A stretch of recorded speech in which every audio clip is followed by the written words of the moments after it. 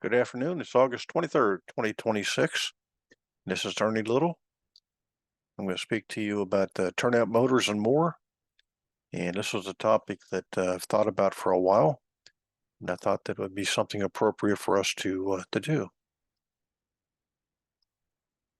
So the first thing we'll talk about is the types of turnouts. There are simple turnouts consisting of straight mainline track and a curved branch track. Looking toward the end of the layout turnout from the single to the discharge, if you will, of the layout, a distinction is made depending upon the direction of the junction between it going left or going right. So it's referred to as a simple turnout left or a simple turnout right. In a lot of cases, we just talk about being left-handed or right-handed. If the radius of the diverging line ends in the front of a crossing, it's referred to as a turnout with a straight crossing. Simple turnouts generally have no super elevation in the prototypes nor on the situation of a model train layout. Another type of layout turnout we talk about is a curved. Curved turnouts can be divided with regards to the direction of the diverging line into inner curved turnouts or outer curved turnouts. In the diagram here, there's a red arrow that talks about the fact that if the deviating line goes in direction of the middle point, which is where the arrow is pointing to, of the track curve of the main line, it's called an inner curve turnout and can be left or right, just like with the simple turnouts we talked about. And on the right, we have a picture of such a thing. Another thing called an outer curve turnout is where these turnouts split into two or more track paths. So they could call it being a two-way switch or a three-way switch as an example. That'd be an outer curve turnout. There's crossings that enable the intersection of several tracks without changing direction. It can be of different angles, someplace between 0, if you will, to 90 degrees. Tracks cross, but they do not allow you to change from one track to the other. You're going to cross. That's the crossing. In the middle picture here, we can see what appears to be two parallel tracks that have another track that's going across them at a 90-degree angle. Thus, we have a 90-degree crossing. On the right-hand photo, we have a crossing that's coming in and it's diverging, but it's going from 2 tracks to 3 tracks. So the ability to divert is there, and sometimes that might be referred to as a slip switch. And that brings us to the diamond crossing with slips. A combination between a crossing and a turnout is designed as a double diamond with slips. The distinction is made between single crossings with slips and double crossings with slips. These enable running over the crossing as well as simple change to a diverging track. If this change is possible in both diverging tracks, one speaks of it being a double diamond crossing with slips. And if we're talking about layouts, we should talk about the parts. We have the head blocks, which are on each side of the switch rod. We have the points, and these are the parts of the switch that move. This can come down, contacting this rail, diverting you off. This one being in this position allows you to go straight, but when we move this one down, this will move down, and we'd be going up, being diverted off. We have the heels to the points. We have closure rails. We have the stock rail here, which is the outer. The stock rail here, which again is an outer. We have flangeways. The flangeways are there to allow us to get the wheels to go in the proper way. If there's a problem, it tries to derail, it'll kick it back onto the rail itself. So the flangeway is between, and let me take it back, that's the purpose of the guardrail. The flangeway is between the guardrail and the stock rail. Now, of course, we have the frog, and the frog is typically in a model railroad a problem for us because this is where we have an excellent opportunity to A, lose power, or B, create a short depending upon what kind of a switch we have. If you're talking a pico land, you might be talking about switches that are electro frogs versus regular, and that makes a difference whether this frog is isolated or not. And usually we like to have the frogs being isolated. If that's true, then we have to have some way to power them to assure we have the proper power going to them. There's no short condition. We also talk about turnouts in terms of numbers, a number 4, a number 6, number 8, and such. That's the frog number we're speaking of, and it tells you how sharp the diverging route is. In the case of a number 4, you're spreading 1 unit for every 4 units forward, so 1 unit this direction in 4 units. Then a number 6, I've got 1 unit in 6. This is a much sharper turn than this is. And we can go out to number 5s, number 8s, number 10s, and such. But the frog number telling us, what that amount of divergence is. The lower numbers will save space. The higher numbers run smoother, especially with long cars and big steam. And if you're talking about 6-axle locomotives, if you're talking about intermodal cars, ethanol cars, or long passenger cars, the number 4s can be a challenge. The number 8s are usually preferred because they run better.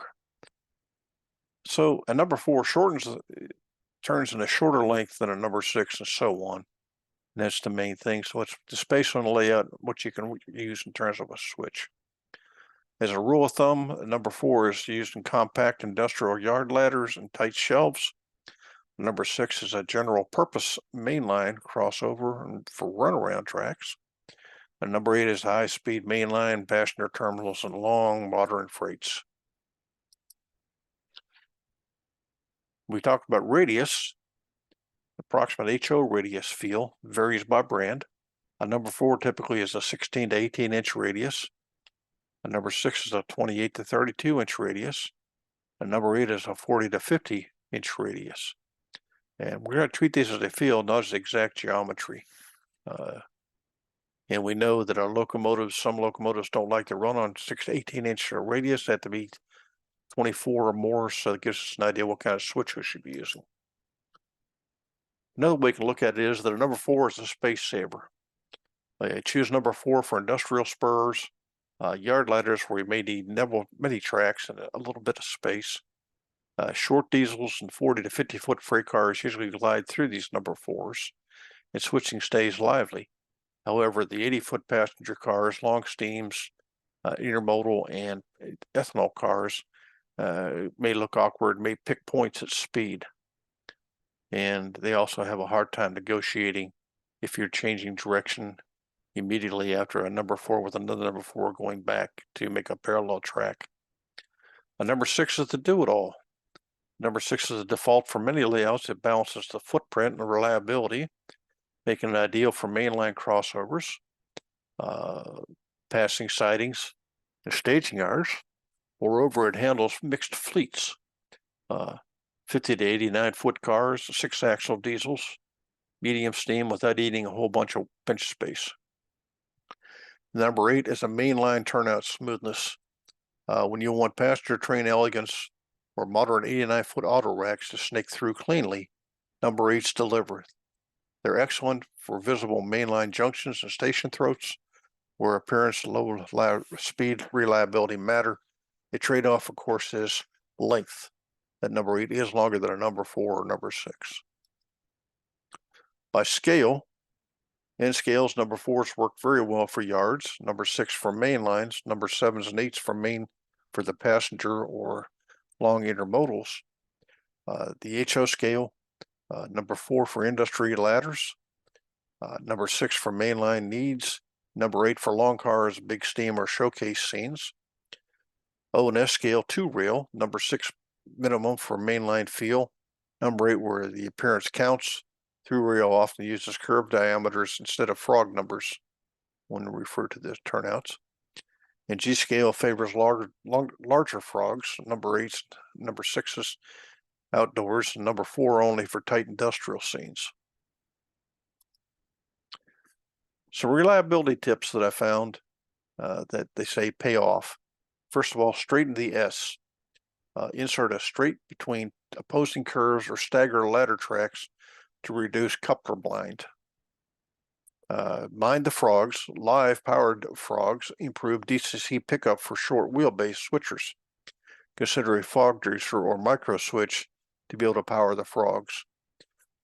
Gauge and height. Check the wheel gauge and coupler height.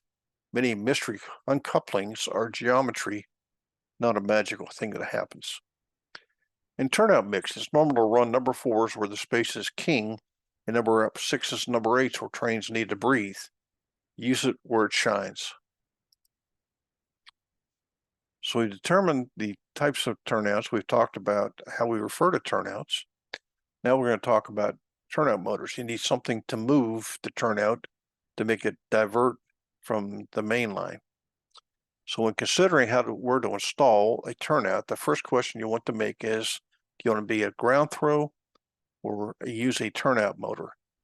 If you have the ability to reach the track very easily from the face of the layout, ground throws are great. However, if you have something that's 3 or 4 feet back into your layout, something deep, in my example, on my layout, I have an ethanol plant that's very difficult to get to on the upper level, and it'd be almost impossible to get the make ground throws work there, so it works with a turnout motor. I also have situations at my engine shop on the lower level where I go back and it has a 3-way switch that goes in. That 3-way switch has to be controlled because I can't reach the turnout from the fascia.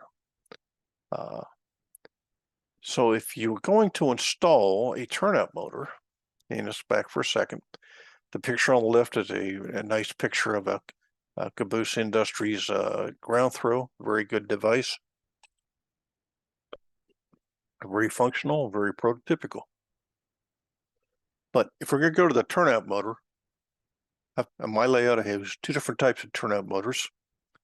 One is what is referred to as an MP10, and the other one is the industry standard, if you will, the tortoise motor. Big difference in the height of these. The MP10 is about 3/4 of an inch in height. The tortoise motor is about 4 to 4.5. 4 inches if you're not going to use that nice terminal board that allows you to screw wires in place versus solder them. That increases the depth, so that can be a problem on your layout depending upon the distance between layers, different between tiers, if you will, and whether you want something massive to be sticking up high in the air like a high rise or something to be low rise. So that brings you to the fact that the turnout motors are going to be either surface mount, which would be on top of your layout, or it would be baseboard underneath mount. The surface mount is used in locations where there's not space underneath the base to install. Depending if you have a multi-tier layout, the space between the tiers may be such that it doesn't allow you to have the space to install something like a tortoise motor. In my case, I have a 2-tier layout. It's about 14 inches between the 2 levels. And I know that with the tortoise motor reduces down to 10, that's going to start interfering with sight lines and everything, being able to see the scenery and such that's on my layout. So that's a concern to me.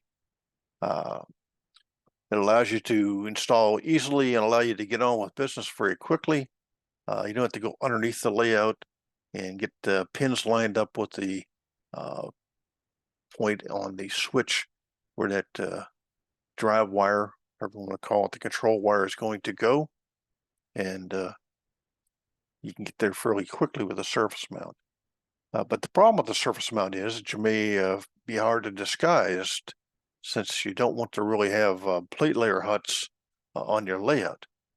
In my case here, the 2 pictures to the left, you can see the tortoise motor sitting here. It's going to be activating this motor is activating this switch here. And well, I had to decide to hide it. So I built this little water tank with a vitamin bottle and finished it off with some other parts I had laying around and made a base for it, and it fits over it. So that tortoise motor is hidden by this little water tank. And this is in my engine yard office area. In this case here, this is on a Y that takes me up to my helix. And the bottom line is that there's a switch here that's controlled that throws you going back in this direction. We'll see a better picture of this in a minute, versus going across the Y to continue on. You go to the helix that direction. So this would be an interlock building. And hidden inside that building is a tortoise motor. And some other examples of tortoise motors. I mean, here's the MP10 connected on, and it's going to be hidden inside this building. We'll see a video of this in a moment. Here's two MP10s. You can see the wire here.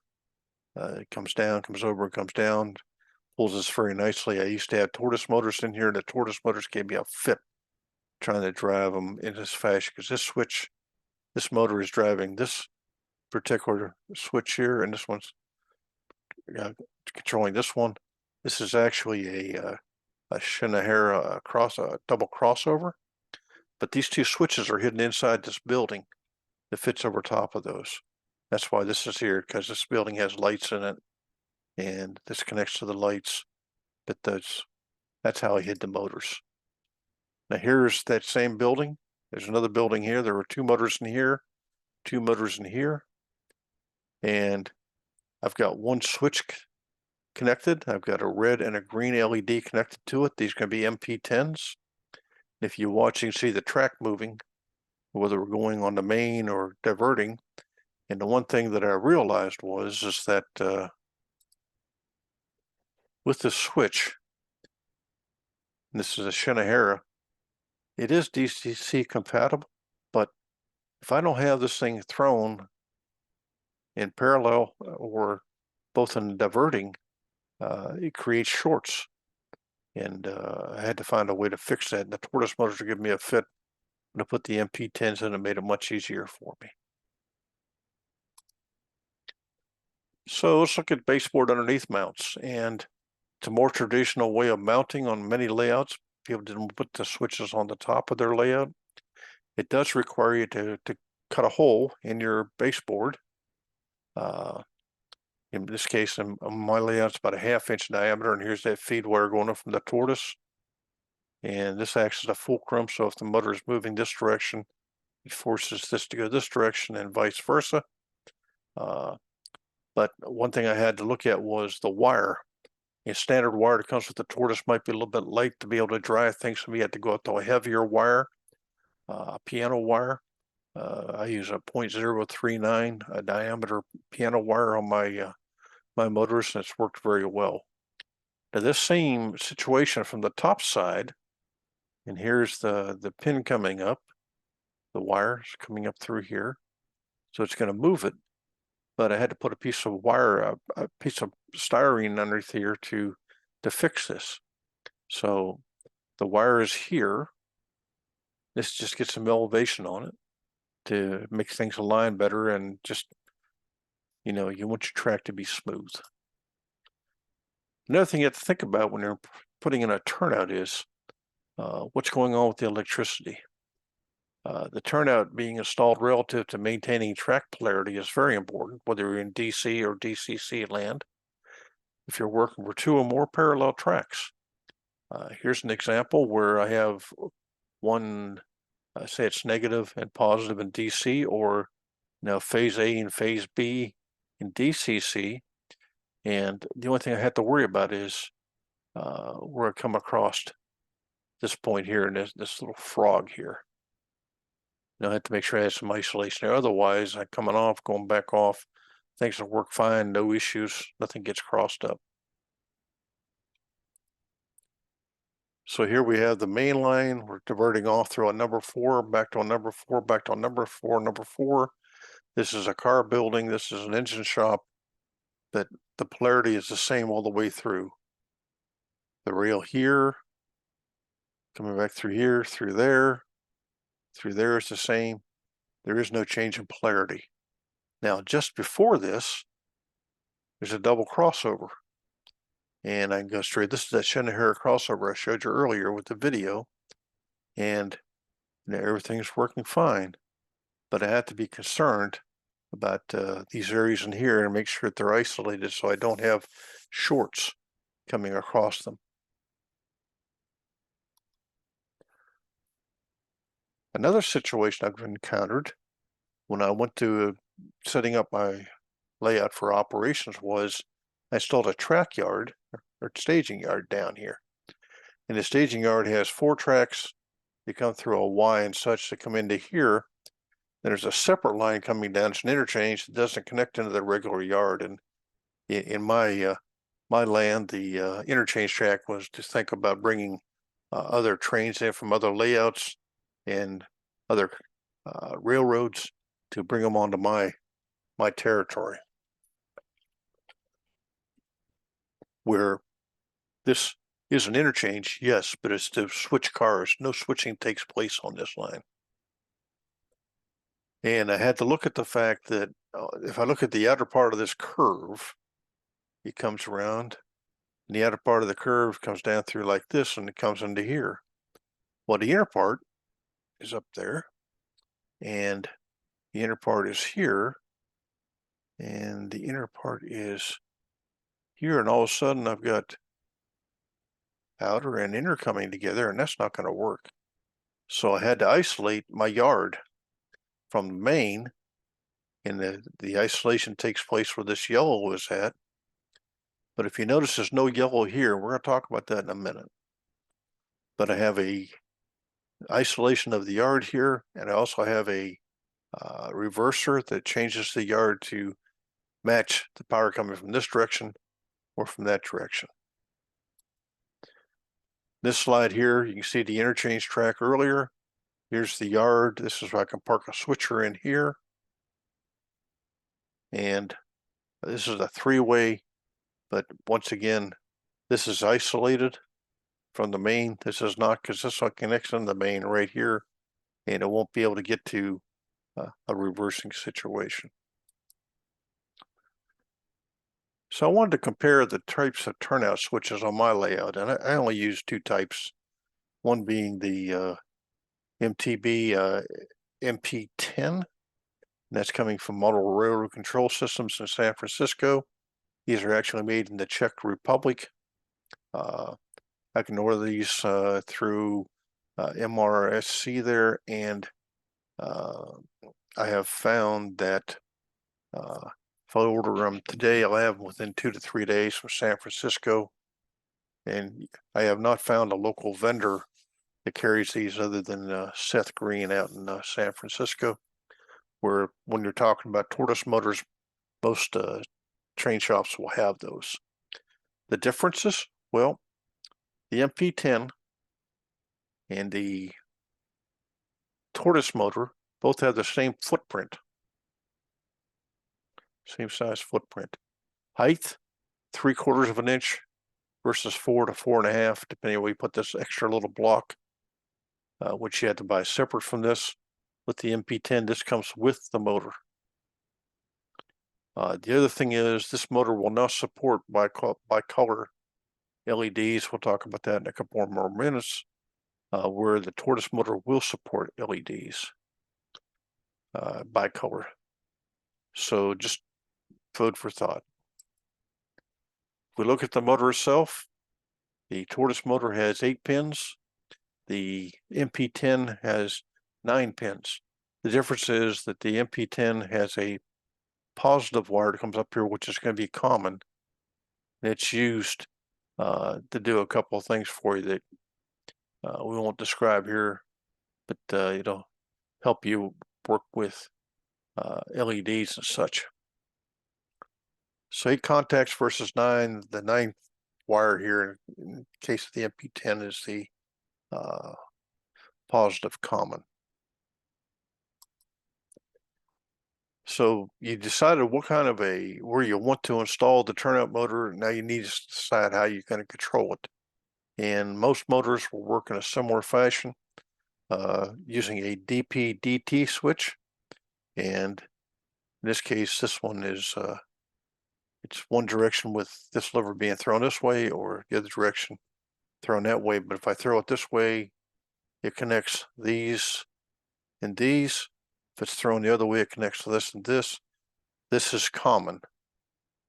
So in the diagram, here's the common going to pin 1 and the common going to pin 8 on a tortoise motor. This was on an MP10, it'd be pin 1 and pin 9. 12 volt power comes in here. I wire these two terminals across, and across that allows me to, by throwing the DPT, to reverse the polarity. That's the purpose of the cross wiring. If I have multiple switches, all I'm going to do is put them in parallel.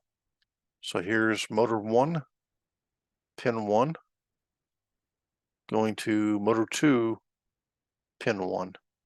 In motor 2, pin 2,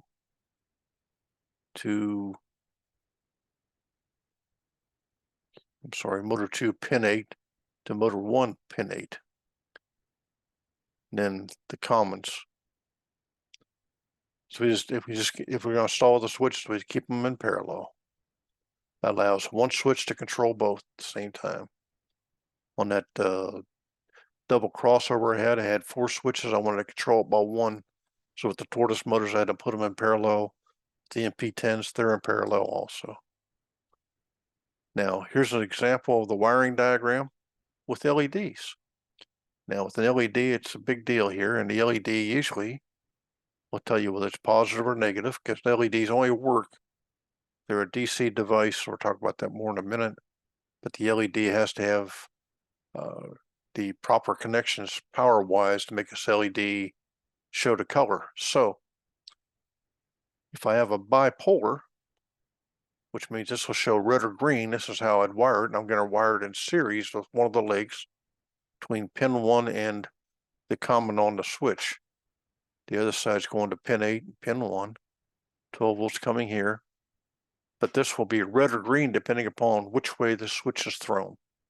And that can indicate the status of your turnout. With the MP10, a similar thing. Pin 1, pin 9. But we have a situation where we're going to have wires going up here with this internal switch. This internal switch is also in the tortoise motor, but and it works identically. But with the MP10, it won't run the bipolar LEDs. We have to run them separate. So we run a wire up to the auxiliary 1 connection. Let's say this is it. And they go here or here.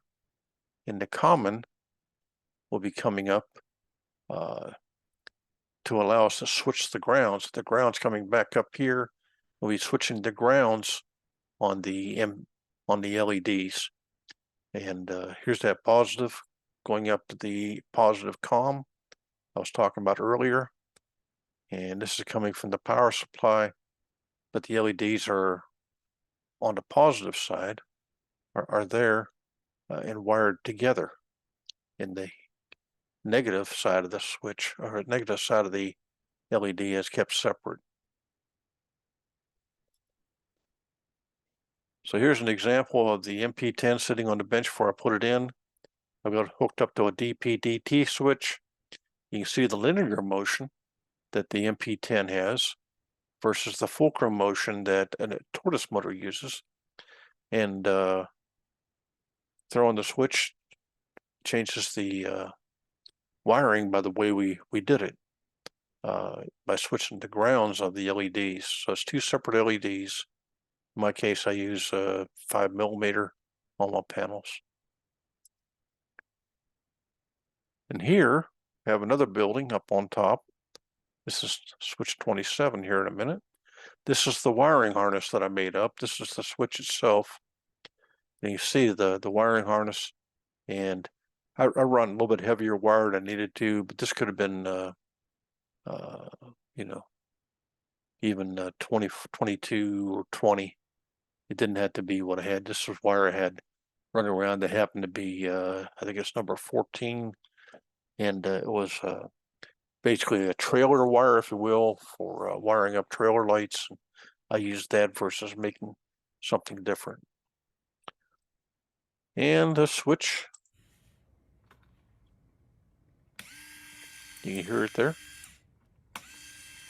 And that switch is moving back and forth. That switch is internal to the building. And the LEDs, we're switching the LEDs negative side to make the LEDs be controlled. And LEDs are light emitting diodes that come in a number of sizes, with a nano, very tiny, 3 millimeter, 5 millimeter, and the like. Colors that you can name what color you want. You can probably find it, whether it be red, green, yellow, white, warm white, so on and so forth. And some can produce different colors, like red and green, a bicolor, bipolar, or switch red, yellow, green, and that allowed you to control signals on your layout. LEDs are DC products. They have a negative and positive connection. On most LEDs, the long wire will be the positive. In this case, the red arrow, the black arrow is pointing to the negative. You can see the difference. Some very distinct, some are not quite as distinct as this one is. And most LEDs work on 3 volts or less. LEDs are dependent upon 2 things, voltage and amperage. And you'll see people who advertise they have 12-volt LEDs, but in reality, these 12-volt LEDs have a small resistor in them. And this is a picture of one of the LEDs that I use. I usually use red or green, and I've used 3 millimeter in this case. These come pre-wired with red and black wires, pre-stripped, and it's very easy to wire something up using them. And I can also change the type of wire this is. Works much better than some of the LEDs I've purchased that the wire is very thin wire, and it's very difficult to get the insulation off it without breaking it, and so on and so forth. So the red wire is the positive, and the red-black wire is negative, and it makes it very straightforward. But there's the resistor. This resistor is going to be dependent upon what voltage you're running. And if you're trying to run 12 volt, this resistor might be 1,000 ohm, 750 ohm resistor.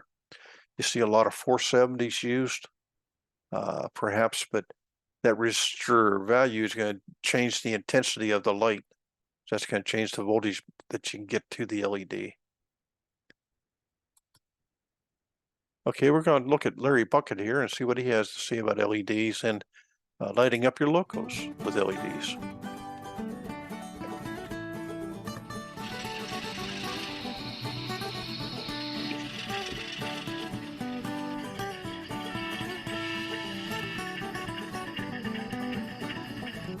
Hi, I'm Larry Puckett, the DCC Guy. Today on the DCC Guy, I want to talk about using LEDs to light your locomotives. Over the last few years, most manufacturers have switched to LEDs instead of using bulbs like they did so much in the past for their models. And I've been using LEDs for a number of years to replace bulbs as well. And I've been using these 3 millimeter ones. However, recently I switched and I've been using a lot of these small surface mount LEDs that come pre-wired with the 1000 ohm resistor. So what I want to do is show you both methods because, there's still applications where both of them can be quite useful. So I'll show you how to do it do it with one of each in locomotives that I've installed decoders in recently. But before we get started on that, I want to thank everybody who's subscribed to the channel recently. In the 24 hours after I posted that last video with the request or with the reminder to subscribe, we had over 100 additional subscribers to the channel, and we're now up over 3,000 subscribers. So the next big goal is 5,000, which at the current rate of increase should be sometime midsummer maybe. Mid to late summer, July, August, sometime in that period.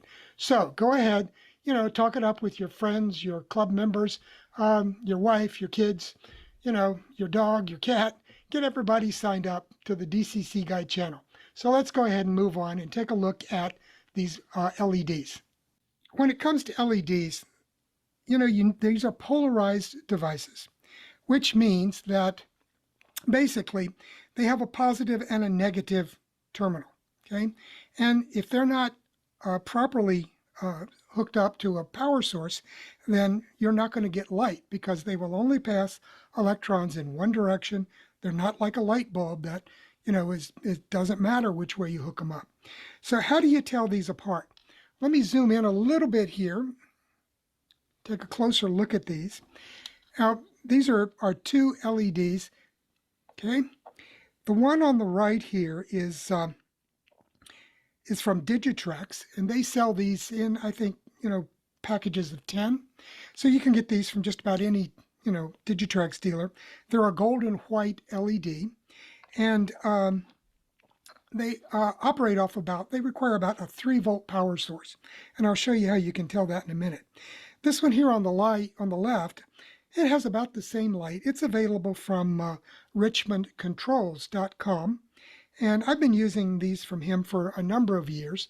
I picked these up. I think I got these, Streamline Backshop has these in stock from Digitrex. They're a Digitrex dealer. So most Digitrex dealers should be able to get you these. Now, typically, the way you tell the positive from the negative leg is if you look here, hopefully you can see this, one of these legs is slightly longer than the other one. The longer leg is positive, the shorter leg is negative. And what I do is I always mark that with a little bit of red marker right there. You can see it maybe. So I just put a dot of red ink there because I typically cut these things off right about here. Now, another way that you can tell these is, and this is not true for all of them, but typically on the negative side of the case here, the plastic or resin case, whichever it is, I'm not sure, there's usually a flat spot molded in. Now on this one, the Digitrex one, there is no flat spot. On this one from Richmond Controls, there is a flat spot either molded in here on the negative side of the, or the negative leg anyway, of the contact terminals.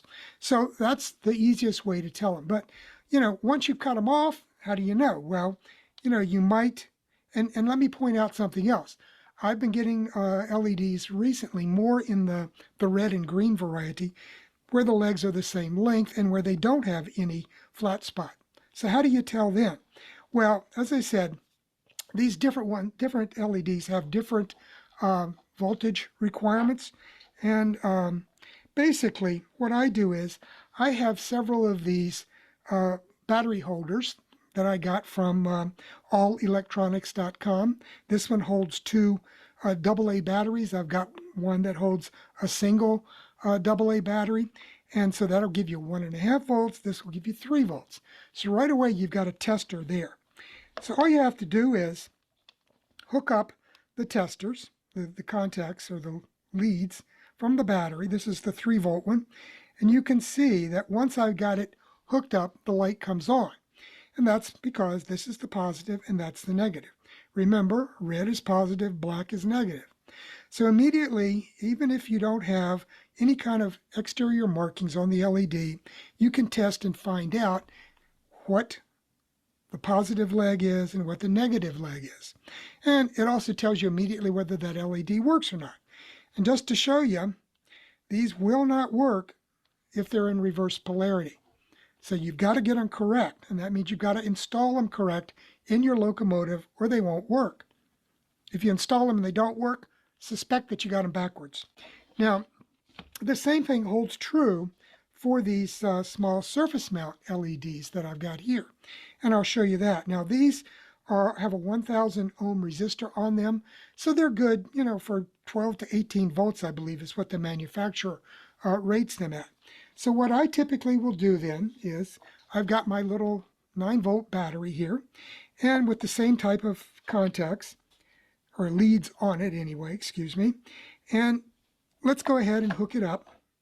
Okay, so you can see how bright that is once it's hooked up properly.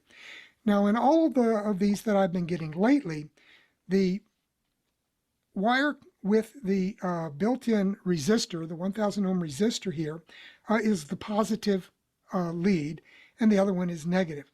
So that's a quick and easy way to check those and confirm what you have purchased as far as polarity on these. So now let's talk about how do I go about, let me zoom out a little bit. How do I go about preparing these for an installation? Well, in most cases where I'm using one of these 3mm bulb-like LEDs, I'm going to be using those with a plastic insert lens on the locomotive model itself. So what I want to do in order to allow me to attach the LED to the back of this lens, and I'll show you how I do that in a minute, I usually take these and using a pair of track cutters, I simply just cut the end of the LED off, and that gives me a nice flush cut. Now the actual LED part is way down here at the base. So you can cut that off and sand it down smooth and get a nice flat surface there so that you can glue this literally to the back of a small plastic lens like this one here. Okay, so that's how I'm going to do that, and I'll show you that in a minute. As far as these other guys, I've got a different trick I'm going to show you how to do that. So let me go ahead and we'll switch gears here, and I'll bring the locomotives over and show you how I go about installing these. Okay, what I have here is the headlight insert that goes in this FP7. It has a nice little plastic insert.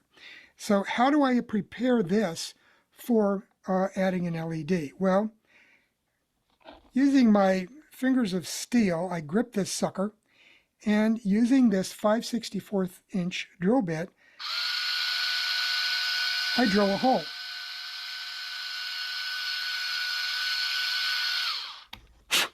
Okay, so what I've done then is drilled a hole in the back of this, and you can see it's about halfway through the thickness of this lens, and that is just deep enough for me to insert one of these surface mount LEDs into it. So you can take a look. So you can see that that fits in there. So that's exactly how I do that. Just drill a hole deep enough to get the entire LED in there. You can bend it at a slight angle and then insert it.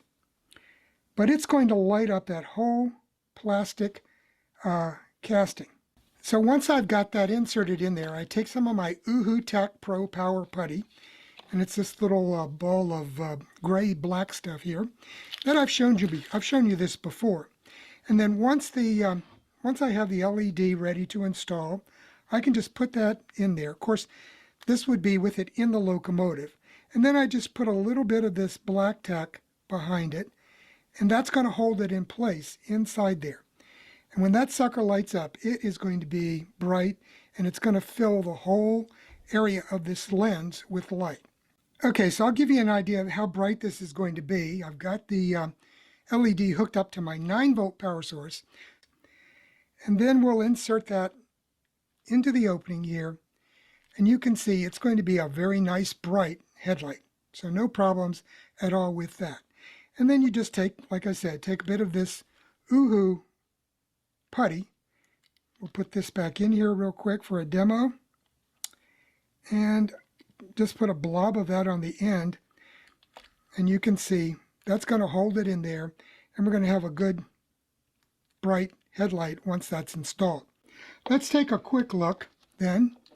If you look inside here, you can see I've inserted the LED into the back of that bulb and pushed this little blob of Oohoo putty in here to hold it in place. And then I brought the wires down and used some Kapton tape here. That's this orange tape, or yellow tape you see. And that holds the wires in place. And then,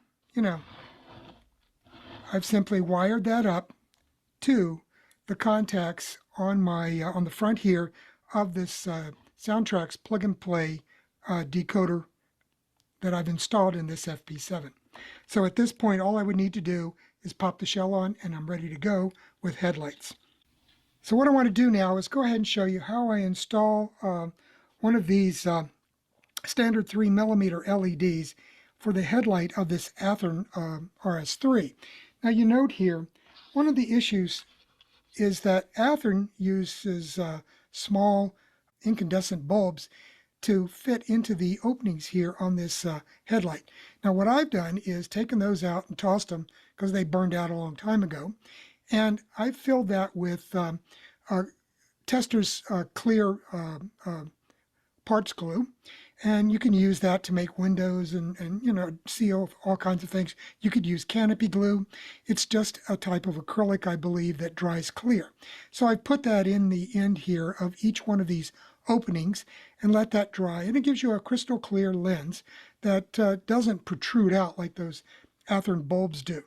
So let me go ahead and show you how I install a light in there. So basically, I'm going to try to get this in the camera where you can see what I've already done. Let's zoom in just a little bit here on this one. And I think you can see here, see if I can hold this still. Basically, you can see the headlight casting right here where it comes through the back of the shell. And then right here, attached to the back of that, is this LED that I cut the head off of and made it flat. So I sanded that. And then what I do is I put a little bit of that Loctite gel glue, super glue that I've been telling you about in the last video I did. And then just, you know, have that set up. And then I just use my Kapton tape to stabilize the wires and run them back, further back, and I'm going to zoom out now. And you can see here, I have a TCS 4-wire, 4-color wiring harness. And I've got the red and the black attached to this, the terminals on the, or the leads, the legs, whatever you want to call them, on this LED. And then I've got an orange and a gray back here to go to the other LED. So let me show you that.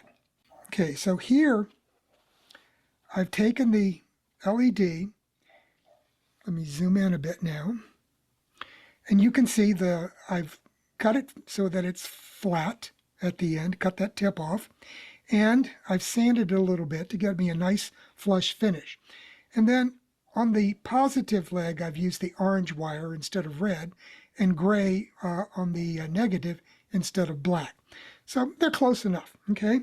And then what I have is a connector here. That's the male connector. And on the locomotive itself, I have the female connector. And it's hooked up to the appropriate positive and negative contacts there on the decoder. So I can put this together here on the bench top, plug it into the locomotive, and pop the shell on, and it'll be ready to go. So let's go ahead and take a look at installing this.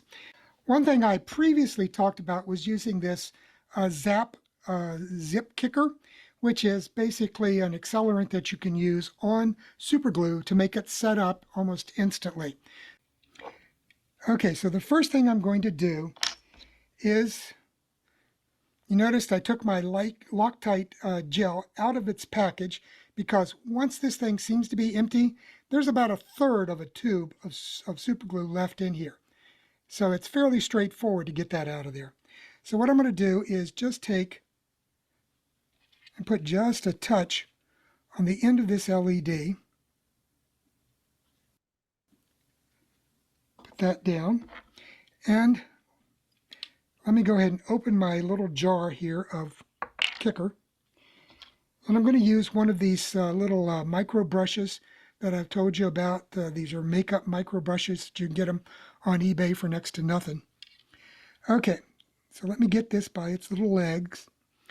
And then I'm going to zoom in a little bit more here and move this into position here on the rear of this lens casting. And then just apply some of this zip kicker.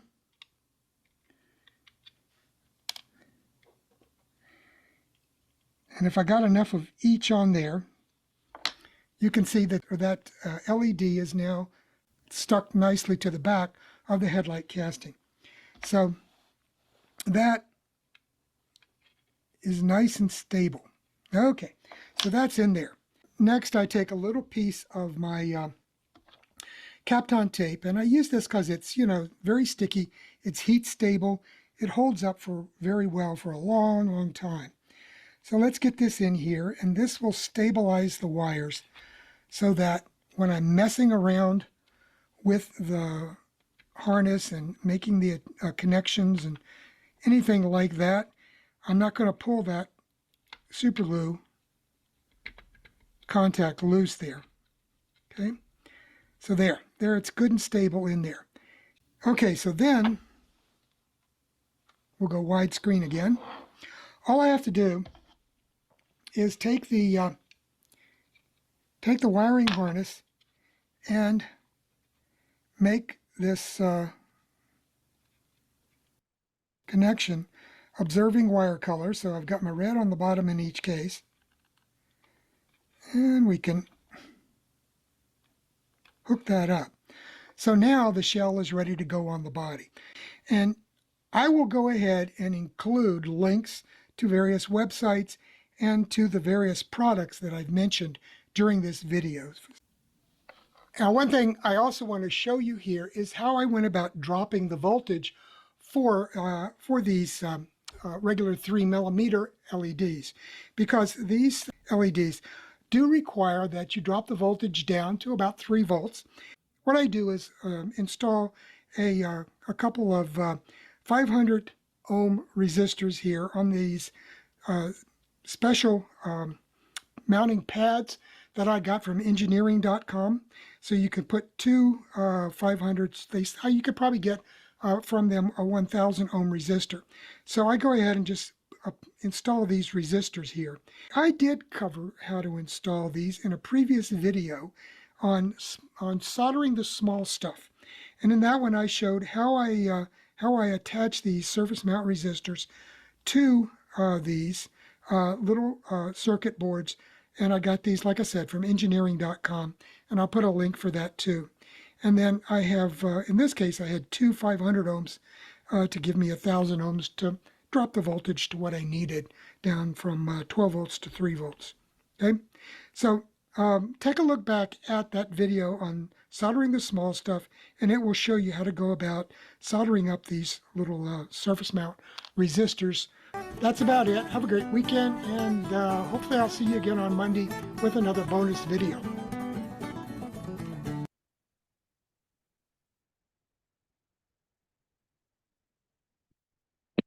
Okay, so with the LEDs, Larry Puckett showed you quite a bit of material about them. There are also what they call strip LEDs that are used for house deck lighting that have the capability of producing several different colors and the ability to be dimmed and can be controlled by a remote. These LEDs could be used for the lighting of a model railroad building or provide layout lighting to allow a change in the lighting to simulate day or night operations. Here's a picture of an example of this. On the back side is usually an adhesive. Another picture here shows this. You'll see 1, 2, 3. Every 3 there's a place where you can cut these. You can solder 2 wires onto this to put 12 volts, if you will. And most of these do run on 12 volt.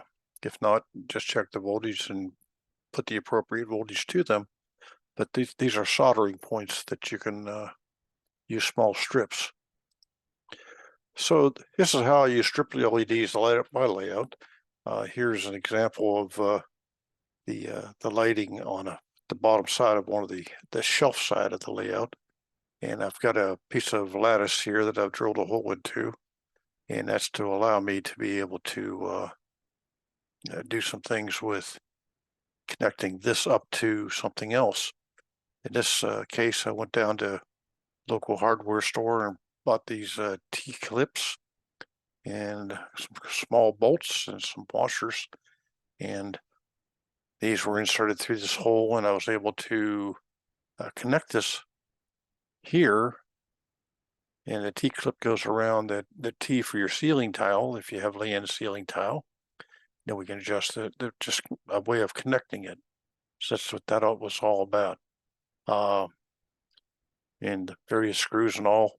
This particular device has a remote, so this is the remote pickup for it, and it has a little remote that goes over there. You control the lights going on, off, dim. You can mix colors and such, so you can simulate different seasons or different times of day. Uh, just some more pictures of the layout. You can see that I put a facade across the front side of that board you saw to hide the LEDs. I think it came out fairly decent. And something else to note here, I have lighting here that at one time had 60-watt incandescent bulbs. I've changed those to 150-watt LED lights, which draw about the same amount of power, actually less, and they're dimmable. So once again, I can change the lighting and the layout, but it made the lighting of my layout much better. It was very dark in this room. This is on a lower level. I have 2 windows in there and just wasn't really good at taking pictures, and this made a big difference, especially as you can see here on this one. In this fire station here, that's a that's a piece of the strip light where I cut it into one section. I had 3 little pieces to it, and put the power up there, and that's lighting the inside of the fire station very nicely. Well, that's what I have for you today, and that's all there is. And thank you for attending, and I hope I provided you a new piece of information. You learned something through my clinic, and you have a great day.